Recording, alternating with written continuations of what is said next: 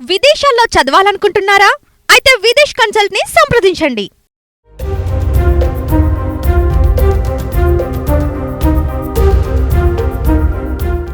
నిరుద్యోగుల కోసం తెలంగాణ ప్రభుత్వం ప్రతిష్టాత్మకంగా రాజీవ్ యువ వికాసం పథకాన్ని ప్రవేశపెట్టింది.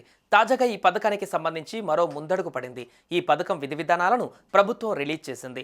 లబ్ధిదారుల అర్హతలు, వయోపరిమితి, వార్షిక ఆదాయ పరిమితి, యూనిట్లకు ఇచ్చే రాయితీలు, దరఖాస్తు ప్రక్రియ, ఎంపిక విధానం వంటి అంశాలపైన మార్గదర్శకాలను పేర్కొంటూ ప్రభుత్వం ఉత్తర్వులను జారీ చేసింది.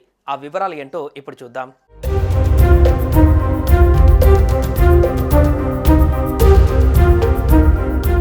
రాజీవ్ యువ వికాసం వెనుకబడిన తరగతులకు చెందిన నిరుద్యోగులకు స్వయం ఉపాధిని కల్పించడానికి ఈ పథకానికి రూపకల్పన చేసింది రేవంత్ సర్కార్.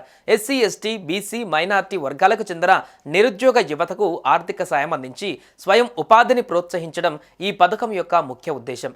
దీని కింద నిరుద్యోగ యువతకు 3 లక్షల రూపాయల వరకు ఆర్థిక సహాయాన్ని పొందే అవకాశం ఉంది.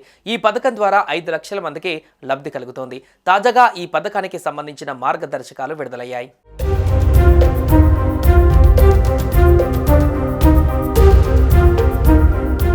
SC, ST, BC, minority, EWS కార్పొరేషన్ల ద్వారా ఈ పథకం అమలు కానుంది. ఆయా వర్గాల జనాభా ప్రాతిపదికన జిల్లాలు, మున్సిపాలిటీలు, మండలాలకు యూనిట్లు కేటాయిస్తారు. 50,000 వరకు ఖర్చయ్యే యూనిట్లకు ప్రభుత్వం 100% సబ్సిడీ ఇస్తుంది. 50,000 నుంచి 1,00,000 వ్యయంతో కూడిన ప్రాజెక్టులకు 90% సబ్సిడీ, 10% బ్యాంకు రుణం ఉంటుంది. ఒక కుటుంబానికి ఒకటే యూనిట్కు అవకాశం ఇవ్వనున్నట్లు ప్రభుత్వం వెల్లడించింది. ఎస్సీ వర్గీకరణ, తెలంగాణ రాష్ట్ర ఉద్యమాలలో మరణించిన వారి కుటుంబాలకు ప్రాధాన్యం ఇవ్వనున్నట్లు తెలిపింది. వ్యవసాయ సంబంధిత ఉపాధి కోసం 60 ఏళ్లు, ఇతర ఉపాధికి 55 ఏళ్లను గరిష్ట వయోపరిమితిగా నిర్ణయించింది.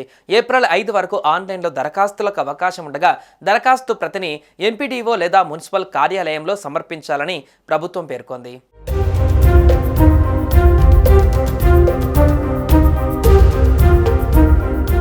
మొదటిసారి ఎకనామిక్ సపోర్ట్ సిస్టమ్ ఈఎస్ఎస్కు దరఖాస్తు చేసుకునే వారికి మహిళలకు 25%, ఒంటరి మహిళా వితంతువులకు ముందుగా ప్రాధాన్యమిస్తారు. వికలాంగులకు 5%, తెలంగాణ ఉద్యమకారుల కుటుంబాలు, ఎస్సీ వర్గీకరణ ఉద్యమ కుటుంబాలకు నైపుణ్యం గల వారికి ప్రాధాన్యత ఇస్తారు. ఇక ఆధార్ కార్డు, రేషన్ కార్డు లేదా ఆదాయ ధృవీకరణ పత్రం, తెలంగాణ ఏర్పాటు తర్వాత జారీ చేసిన కుల ధృవీకరణ పత్రం, పర్మనెంట్ డ్రైవింగ్ లైసెన్స్, పట్టదారు పాస్ పుస్తకం, సదరం సర్టిఫికేట్, పాస్పోర్ట్ సైజ్ ఫోటో, అత్యంత పేదలైతే వల్నరబుల్ గ్రూప్ సర్టిఫికేట్ ఉండాలి.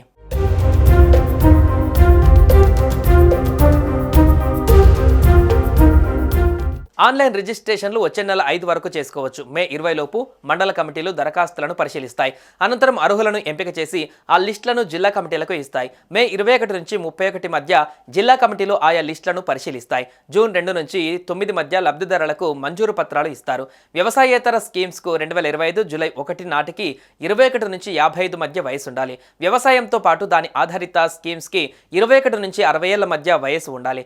ఇందుకోసం గ్రామీణ ప్రాంతాలలో ఫ్యామిలీ వార్షిక ఆదాయం 1.5 లక్షలు ఉండవచ్చు. ఇక పట్టణాలలో 2 లక్షలుగా దీన్ని నిర్ణయించారు. ఈ పథకం కింద 6 కేటగిరీలలో రాయితీలను అందిస్తారు. వాటిలో 3ంటికి బ్యాంకు రుణం అనుసంధానం ఉంటుంది. మరో 3ంటికి సర్కారు కొంత రాయితీ ఇస్తుంది. మిగిలిన డబ్బును లబ్ధిదారు పెట్టుకోవాలి.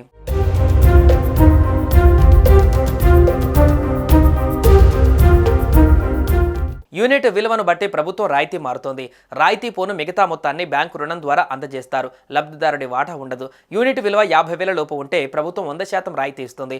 50,000 నుంచి 1,00,000 వరకు ఉంటే యూనిట్కు 90% రాయితీ ఉంటుంది. ₹1,00,000 నుంచి 2 లక్షలకు 80% రాయితీ ఇస్తారు. ఇక 2 లక్షలకు పైగా విలువ చేస్తే యూనిట్కు 70% రాయితీ లభిస్తుంది.